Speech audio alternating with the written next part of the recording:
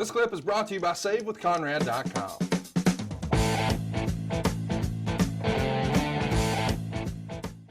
Hey, it's Conrad Thompson, and you're listening to Something to Wrestle With. Bruce Prichard. Bruce, what's going on, man? How are you? Absolutely fantabulous. Well, man, I am fired up about today's episode. This has been a long time in the making. We have enjoyed talking about Shawn Michaels and Sean Waltman and Razor Ramon. And now it's time to talk about Diesel. Pretty excited about this one. It's going to be one of our more in-depth shows. Originally I was going to call this Kevin Nash and the WWE.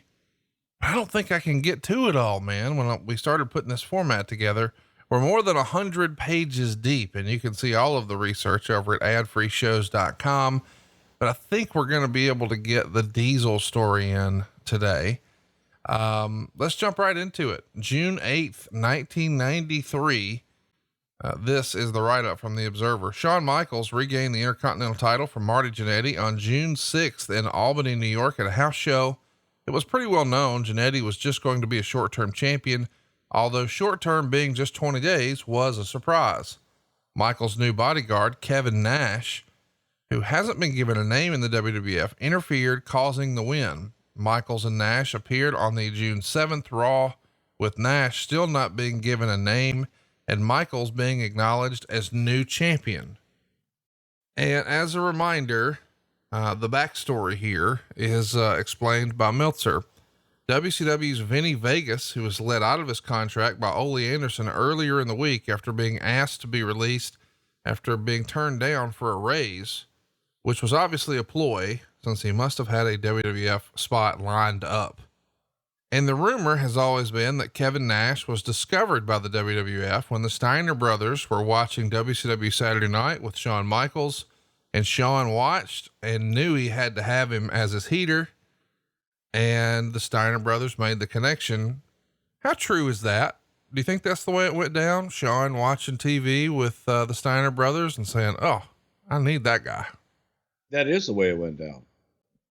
That's tremendous. Look, Shawn was hot, but Shawn was also looking for something else. And Shawn was looking for a bodyguard type. And when he saw Kevin as Vinny Vegas, like, hey, this guy fits, and asked Scott and Rob who he is, and they knew him, and the rest, as they say, is history. Do you know the story about Ole and Nash and asking for the release? I mean, supposedly Nash goes and asks for a raise at a time when he knows WCW's not doing that. He's turned down. He asked for his release. I think he insinuates that, he's just going to go back to being a bouncer, or he's got some other gigs lined up. And they give him his release, and he immediately faxes the release to the WWF and already has a spot lined up and is ready to roll. Is that the way you remember hearing that story with him and Ole? I've heard that story. I don't know how all that went down and everything. As far as our stuff, Shawn brought the idea, and we took a look at Vinny Vegas and saw, okay, hey, yeah, here's a guy that has a great look. Good Lord, he was huge.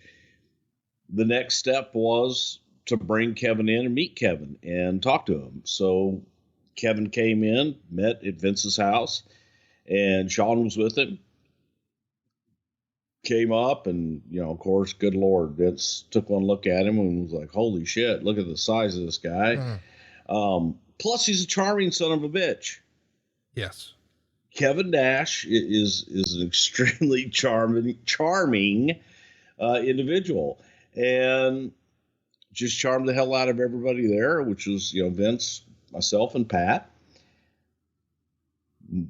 Deal was done. It was like, hey, you get a release and we're good to go. We just need to see it. The rest, man, shit. History, baby. Who would have been the person handling Diesel's contract? Would this have been the JJ Dillon era? Okay. Yeah.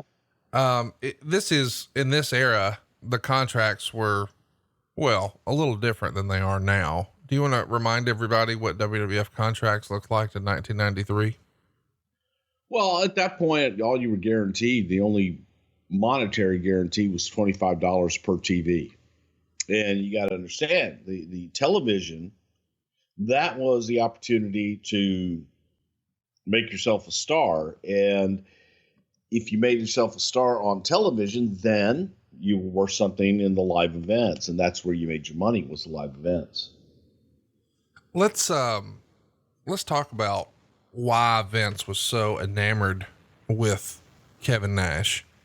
The rumor and innuendo is that, we're on the heels of the Zahorian trial. Things are about to get pretty rough.